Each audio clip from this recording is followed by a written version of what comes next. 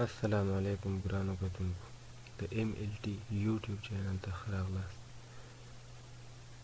په دې ویډیو کې تاسو ته درښایم چې څرنګه کولی شو په ایډوب فوټوشاپ 2020 کې پښتو ولیکو.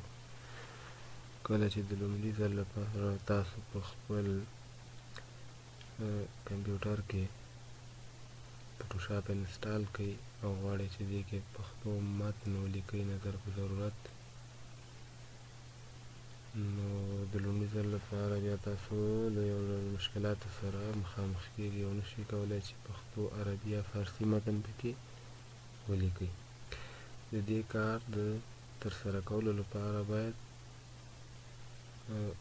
بعضې تنظیمات لومړی منظم کړئ او د هغې نه وروسته تاسو کولی شئ چې پښتو په فوټوشاپ کې ولیکئ.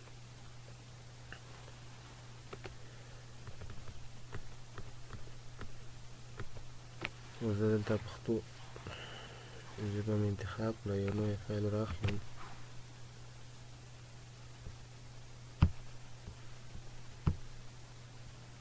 او دې کې غواړم چې یو پښتو متن اضافه کړم، ګورم چې کېږي او که نه.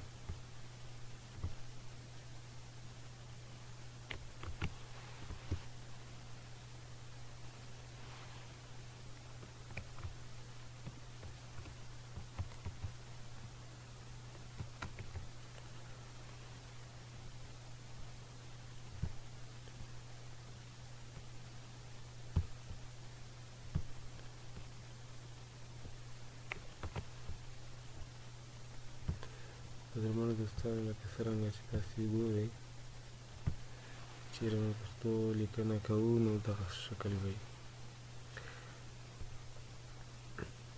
نو اوس راځو تنظیماتو ته. لومړی باید تاسو دلته په دې پاس سر کې د ایډیټ منیو ته راشئ او دې کې به ښکته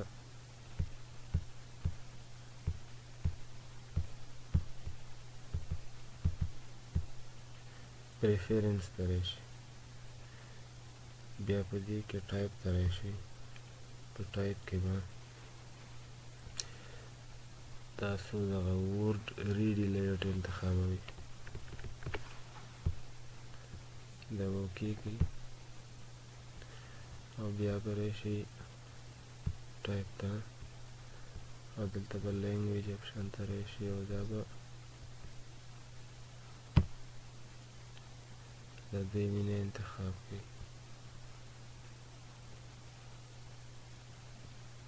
اوس به له فوټوشاپ څخه ووځئ، بېرته به فوټوشاپ خلاص کړئ.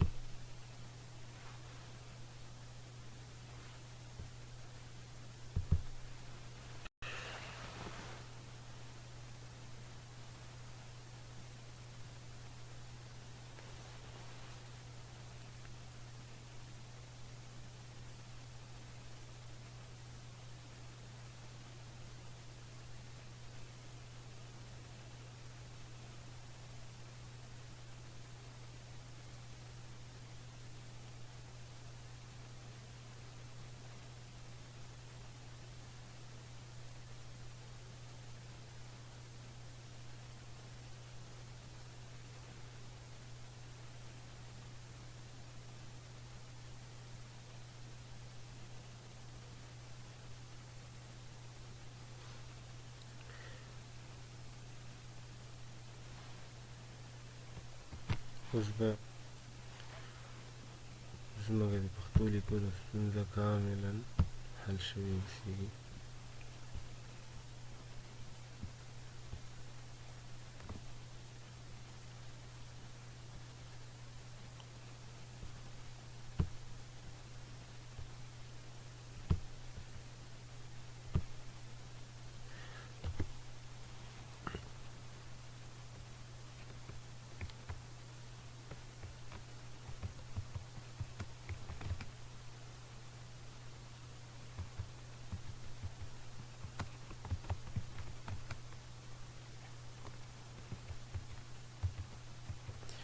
بیا ګرانو کتونکو، اوس زمونږ د پښتو متن د لیکلو ستونزه حل شو. دا و په